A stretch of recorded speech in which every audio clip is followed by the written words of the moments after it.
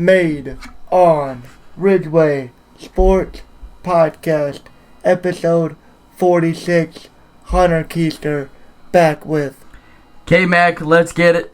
Let's go. 46. Let's go. Alright, episode 46, made on Ridgeway Sports Podcast.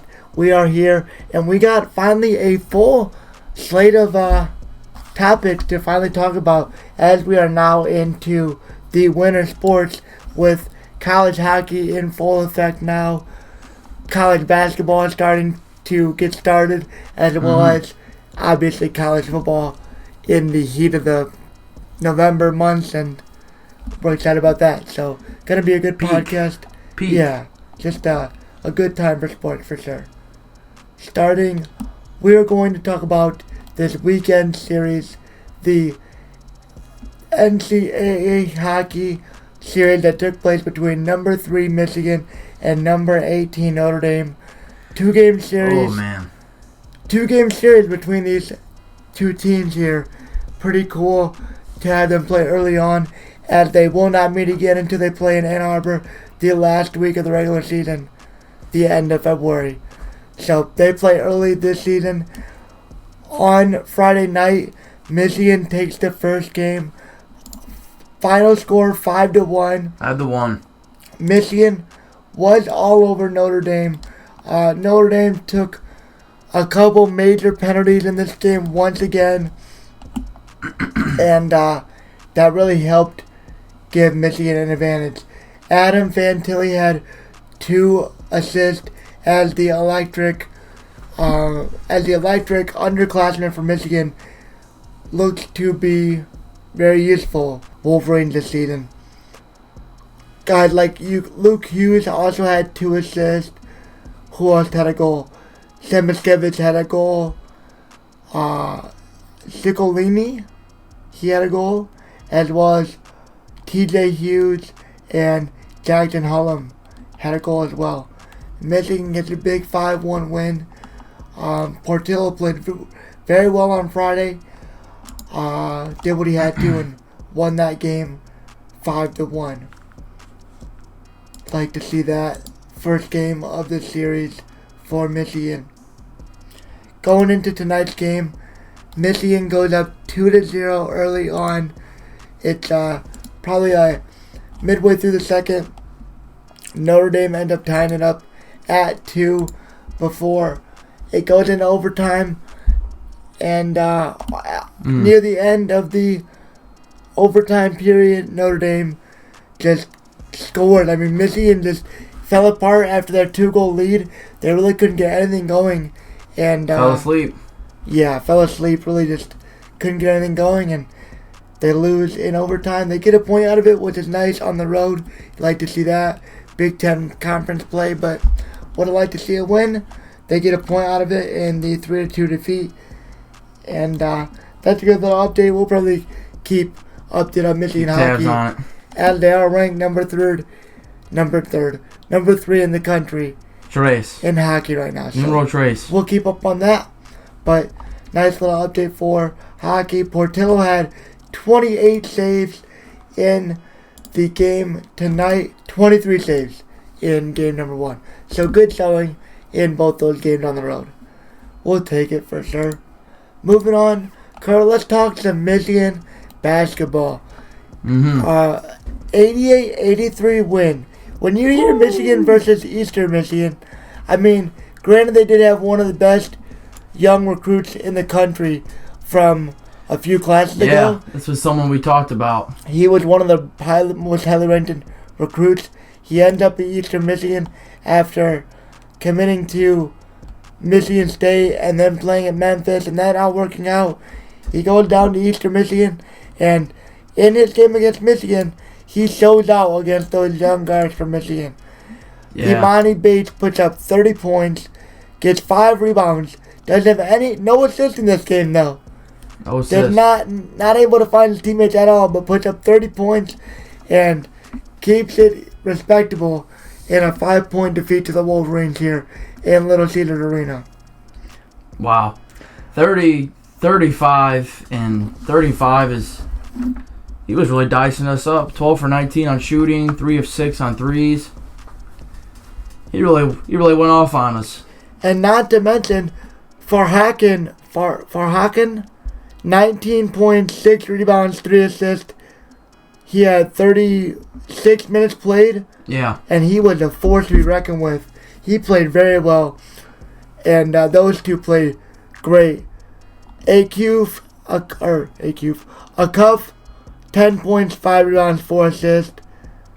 Nothing really else to write home about from these guys, but, those couple guys really made it interesting for Michigan. Looking at Michigan's stat line, Dickinson, up against a much smaller opponent, puts in 31 points, 7 rebounds, 32 minutes played. Terrence Williams, 18 minutes, 11 points scored. He shot the ball pretty well. The transfer point guard we brought in plays 12 minutes. He scores 12 points on 29 minutes. 5 rebounds, 3 assists. Not too bad. Kobe Buffkin, I thought, played alright. Defense, obviously, those two got to play a lot better defensively, but he puts in 9 points, 5 rebounds on 30 minutes played. I feel like 5 of 21 on threes is no bueno, though. Who was that? I'm saying as a team, we shot 5 of 21 on threes. That is very bad. You're talking, what would that be as a percentage? Like 20%, man. That is abysmal. That's abysmal. Shooting. Yes, that is terrible. Wow. Gotta get better at that. Howard puts in 33 minutes. He only scored 9 points. A lot of the, two starting guys under 10 points scoring isn't good at all. No. That's not good at all. The bench really doesn't put in too much. 4 points, 1 rebound, 4 points, 3 rebounds. Joey Baker doesn't really do much. He only plays 6 minutes. Just a rough, grinded out win. Michigan started out this way against, I think they had like an 8-point win against VCU last year. And we all kind of thought the same thing. So, it's just growing pains, I guess. And I won't question Juwan Howard, but certainly an interesting win to start out the year 2-0 for Michigan. 22 ranked in the country, but a win's a win, and we'll take it, right, Kurt? We'll take wins whenever we can get them. Anything else you want to add? It's the name of the game. Anything else you want to add to this basketball game? Maybe it just takes some time for things to get clicking. So, gotta win. But there's things to improve on, that's for sure. So, next game's Wednesday, 6 p.m. against Pittsburgh in Brooklyn, New York. Guess what happens next Wednesday. All right. I guess we will go ahead and talk about some top 25 college football matchups now. Just going to go over the day and how it was as a whole.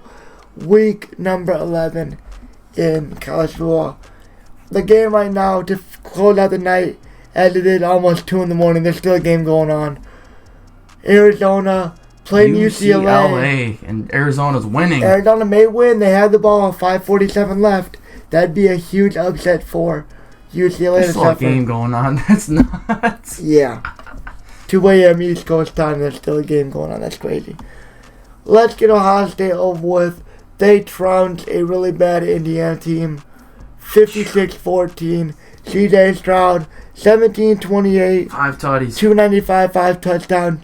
Mayan Williams, 15 yards, 147. Carted off in this game. That's a big blow to Ohio State's offense for sure. And Marvin Harrison, 7 for 135 in a score. He proves why he should be considered one of the best receivers in all of college football. He is absolutely insane. And Ohio State gets a big win against Indiana. Tennessee, Missouri. Missouri kind of kept it close early on in the day. It was like an 11-point game at one point. But Tennessee trouncing them 66-24. Hendon Hooker takes out some of his aggression from losing that Georgia game. He goes 25 for 35, 355 and 3 scores. The QB from Mizzou rushes for 106 yards on 16 carries. That's not too bad. Yeah. And Tennessee's receiver Hyatt records 7 receptions for 146 yards and a touchdown. I mean, it was 17-28 going to half, and then Mizzou got a touchdown to open up the third quarter and got it 24-28. But Tennessee took over after that in the third quarter and just put it on them. So that's definitely a little more closer than anybody else would imagine this game being. So that's for sure. But nonetheless, Tennessee gets a big win, and we will move on to a huge game. LSU, Arkansas. LSU wins this game. They go to the title. They go to the title game, and they barely escape. Hang on for dear life. 5-4, then 5-4. Arkansas, 13-10. Hang on for dear life. Absolutely dear life. 6-3 at half. LSU with the lead. Yeah, this was just a terrible offensive game. The Arkansas quarterback finishes 8 of 13 for 92 yards and 1 touchdown. That's terrible. Wow. LSU's running back 19 carries 122 yards, and the best Arkansas receiver 2 receptions for 69 yards and a touchdown.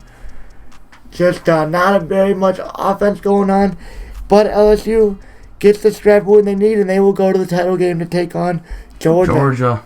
So they could look to play spoiler in the title game. Moving on down the list. Notre Dame 35, Navy 32. 3-6 Navy gave 6-3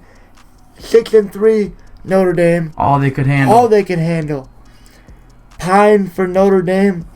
Really good game. 17-21. 269 and 4 scores. Really, really good day. Navy's running back 15 carries, 133 yards and a score. And Notre Dame's leading receiver was 3 receptions for 80 yards and a touchdown in the 3-point win. The Notre Dame team doesn't score any points in the second half. That's major concern. Wow. No points in the second half. 35-13 lead heading to half. Navy scores 16 and falls just short of their comeback attempt. So that is huge for Notre Dame to not score any points in the second half. Wow. Another big win, another big game, especially for Michigan fans. Purdue takes out Illinois 31-24. So another loss for Illinois. And that almost hurts Michigan because now it's like Illinois is just having less and less to play for besides trying to beat the Wolverines. Yeah. To end the year. That's about all they got left to do. Purdue gets the 31-24 narrow win. O'Connell, 25 of 40. Meh kind of day. 237, 3 scores. McCoby, Purdue's running back, 28 carries, just over 100 yards and a touchdown. And Illinois' best receiver, 5 receptions, 89 yards, and a touchdown. The Purdue team puts up 10. Illinois can only muster a field goal in the 4th, and Purdue escapes. Illinois may not be ranked going into this Michigan game, which would just be a worse upset for Michigan. I don't think they will be. And I don't think they'll be ranked. I hope Michigan isn't tunnel vision on Ohio State, and they need to come in and take care of business against a Big Ten team in Illinois. But moving on down the list, a huge win. Vanderbilt, they had like a 26-game losing streak in the SEC, and they snapped it. They finally get a win. Their first SEC the Commodores. win. Their first SEC win since 2019. That's crazy. Wow. 24-21. Kentucky, they were pretty highly ranked to start the year, and they just fell off a cliff. Now sitting at 6-4. Vanderbilt's quarterback, 12 of 23, 184 and a touchdown. Does what he they got the touchdown lead with 32 seconds left. Oh, that's insane. 8-yard touchdown pass. Does just enough. Just enough to get it done. Kentucky's running back had 162 yards and 2 touchdowns. That's a great day. And Vanderbilt's receiver, 5 receptions for 88 yards and a touchdown. Pretty good day, I would say. Pretty good day. Pretty good game. Vanderbilt gets a big win. Knocks Kentucky off once again. And we'll keep it moving. Big things going on. Yeah. Michigan, Nebraska, number 3 Michigan, taking on 3-6 Nebraska. And it's just a big win. The line is Michigan by 30, and Michigan wins by 31, 34-3. All Michigan, all day. Jason McCarthy misses a lot of passes, doesn't have his best day. 8 of 17, 129, 2 scores. Michigan does get the win, but we'll talk about that offense in a minute, as me and Kern have a lot to say about that for sure. Blake Corum continues his Heisman campaign with an outstanding day. Making his Heisman campaign that much more clear as the season goes on. Pitching in 28 carries, 162 yards, and 1 touchdown. Just the usual, Just a great day for Blake Corum. And, if he has another 2 great games, I think there's no reason why he shouldn't walk away with the Heisman Trophy, especially if Michigan beats Ohio State in Columbus. Nonetheless, Ronnie Bell, another great quiet day, 4 for 72 on a touchdown, as the senior receiver, captain, comes back from a torn ACL and just balls out for Michigan.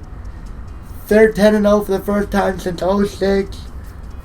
Michigan fans have a lot to be excited about, but Kurt, let's talk about some of the downsides of this Michigan offense right now as we look to preview this Illinois game, the Ohio State game, and what could possibly be looming outside of that for the Wolverines. Yeah, if I'm being honest here, I really have some questions about our passing offense and our schematics and our receivers' ability to create separation. I mean, some of these throws, McCarthy might be overthrowing them a little bit, but they're not really getting open. And when they are getting open, look at that Cornelius Johnson play that he should have had way earlier in that game. Instead, it's dropped. We go 3 and out. McCarthy gets sacked. I mean, we got to hit on some of these plays down the field when they're there. And I just don't understand the conservative inside zone play calling on 3rd and long. Like today, we had a 3rd and 6 play call for inside zone and shotgun. Like, what's that? Why are we doing that? Right. I don't understand that. JJ only getting 8 completions. I mean, it was one of those days where you just keep the ball on the ground rolling because that's been our bread and butter this year. But he's going to need more passing reps, and he just hasn't had them this year. So it's like people on social media and things have said, we thought the same thing last year and look what happened. Don't panic. But it's hard when there's been no rhythm to this offense and you have to go into a place like Columbus where their rushing defense is going to be up to par. Can't go beat them being one-dimensional. Yeah. It's not going to work. JJ's going to have to make throws. Point blank period. He's going to have to make throws. I don't think it's all on him, though. It isn't, but it is on him. But he takes some of the flack, but I think the passing, just the way it's been set up, it's more or less better for getting efficient yards, getting the ball out quick, and setting yourself up for 2nd or 3rd manageables. I agree. And maybe some quick first downs to Schoonmaker, but I'm not seeing it down the field like I thought we were going to be able to. Yeah. And the passing offense, I mean, honestly, I think it's looked worse than it did last year, if I'm being honest. Which I didn't think I would be saying with McCarthy starting, but that's just the way it's looked. Right. Every game we just run the ball for 200 plus, but we're never really challenged to have to throw it down the field because nobody can stop the running game. Absolutely. Which could pose a problem because then if a team stops the running game, then what are we going to do? Right. That's what's going to be tested here in a few weeks. But overall today, I thought, the defense didn't really allow a whole lot. Nope. Did what they had to against I would like to see more pressure, though. That first quarterback, Purdy, was getting out of there, They scrambling. got good pressure. They just couldn't finish. They couldn't finish. They needed to wrap up and secure tackles better and make sure they got the sacks so the tackles lost instead of allowing QBs to step up and run for first down. And, again, right off the bat, earlier in the game, DJ Turner, Burt, one-on-one, man coverage. He gets up another big allowed play. A huge play. It's once a game. Yeah, it's once a game. And, that once a game could be a touchdown to Ohio State that is the turning point in that game. So we can't have that if you're DJ Turner. You're supposed to be an All-American receiver or corner. But let's not spend too much time on this Michigan game. Nothing too crazy with the Nebraska win, 34-3. Well, let's keep it moving. We got more time to talk about the Wolverines. Let's keep it moving. Let's talk about a big matchup in the SEC. 30-24. Alabama Ole Miss. Yeah. Wow. What a game. Bryce Young with 3 touchdowns. Ole Miss's quarterback, 18 for 31, 212, and 1 touchdown. Ole Miss's running back, 25 carries, 135 and 2 scores. Judkins and Heath, 6 receptions, 123 yards. Wow, what a game. No points allowed by Bama's defense in the fourth quarter, and they stand strong in their 30-24 win. Yeah, they kicked 2 field goals in the fourth quarter, get the lead, and just hold on. Right. Defense clamped up. That's huge as they look to still win the SEC. Or, no, they won't win the SEC, but they look to still get a really good New Year's Six bowl game. Absolutely. That's just crazy to think they won't be in the SEC title game for once. Yeah, you definitely don't see it very often, but it's about time. Right. Let's get someone else in there for once. Let's quickly go over Clemson, number 10, 31, taking out Louisville, 31-16.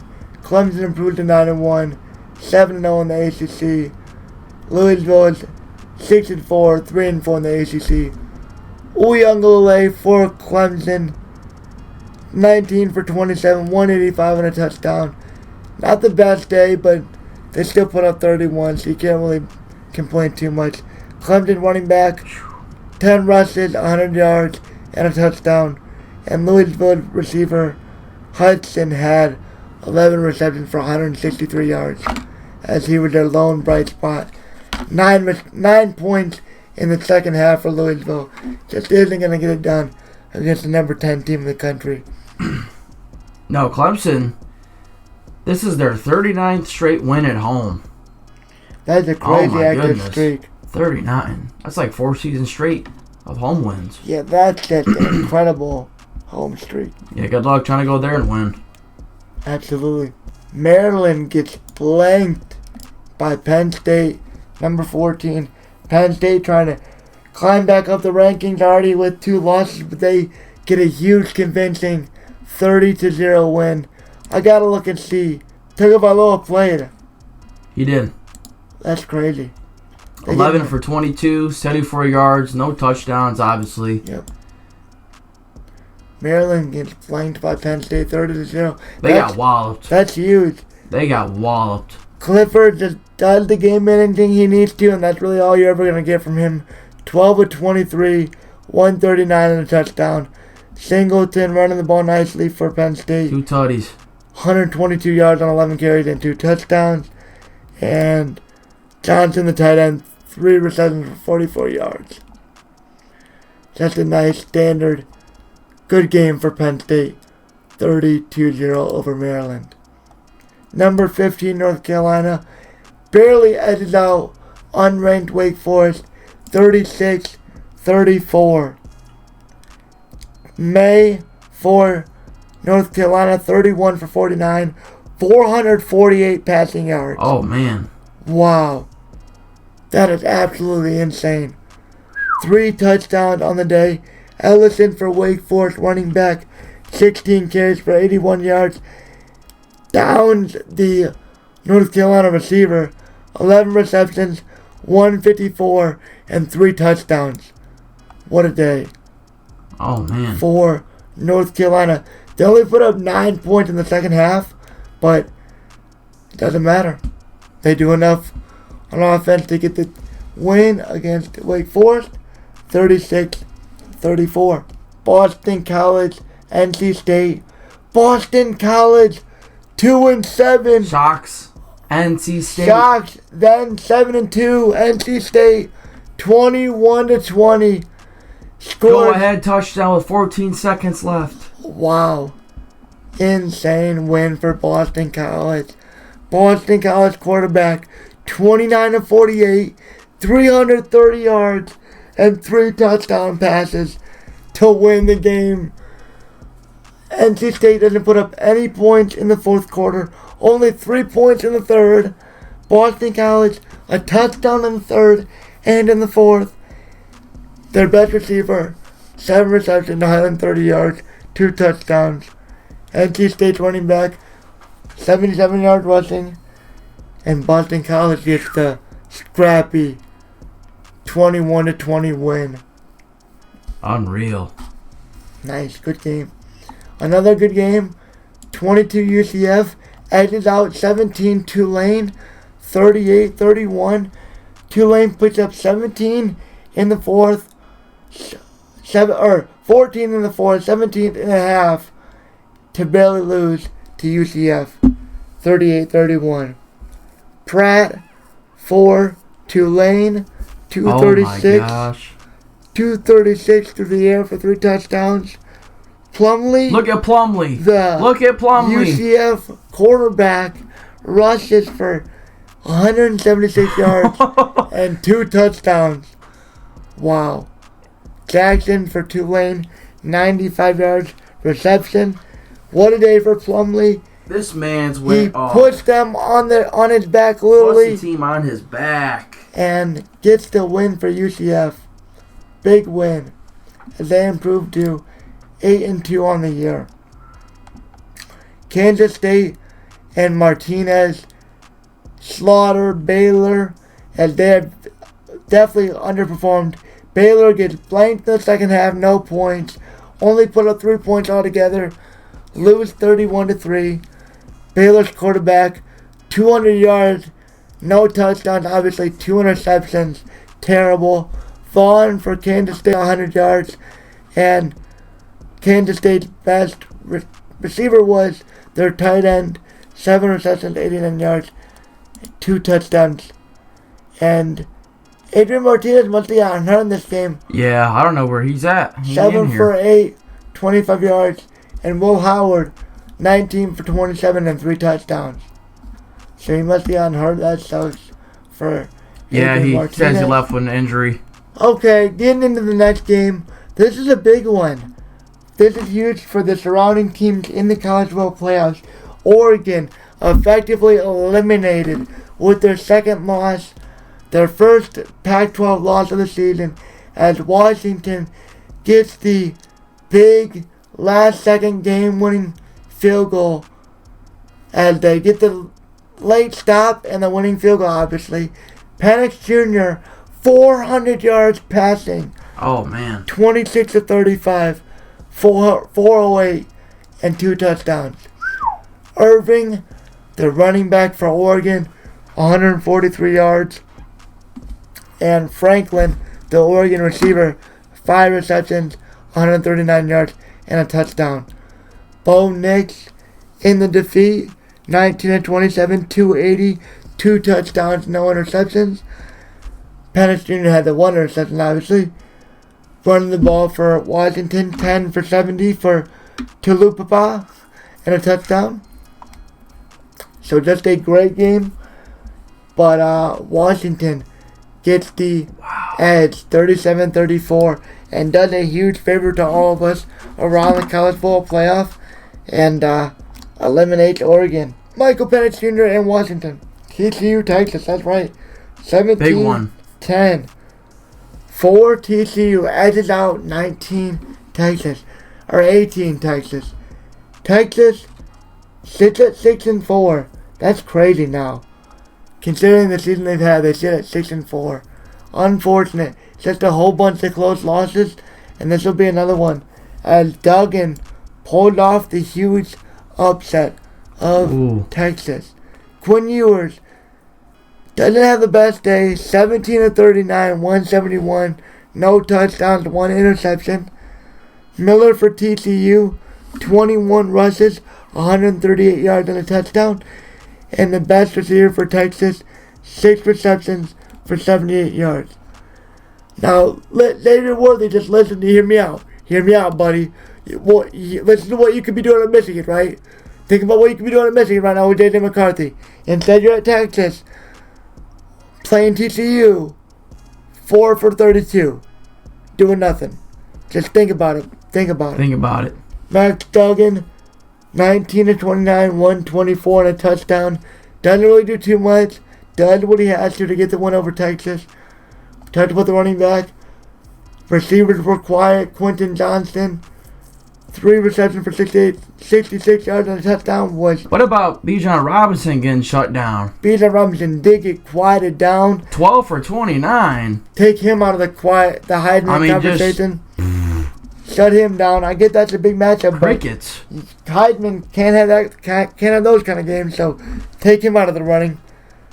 12 for 29 as they suffer the loss. Quinn Ewers has a pretty average day. Yeah, pretty okay, but yep. Just hard to win with 10 points. Right. 17-10. Good win for TCU to stay alive, unfortunately for all of us, and stay undefeated. We could use a big loss of the TCU right now, but Florida State Syracuse game. And yeah. The Qs got washed. The Qs did get actually whooped. They are now unranked, 6-4.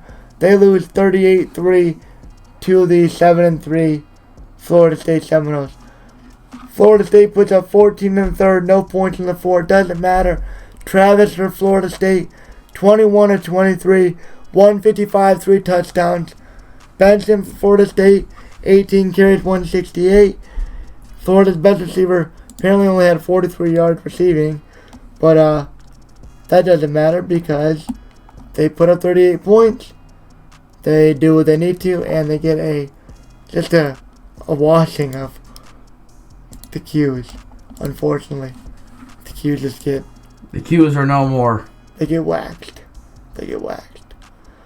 I think the last game we really have to talk about, besides Arizona UCLA, is going to be. It's going to be USC Friday night, 55-17. They started out kind of slow, picked up pace. They put up 2 in the first quarter. The first quarter ends 3-2.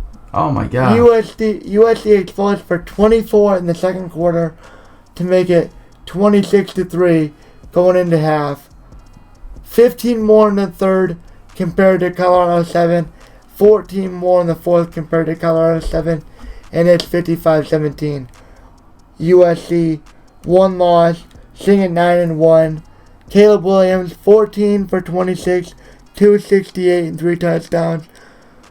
Fontenot for Colorado, 20 rushes, 108 yards and a touchdown.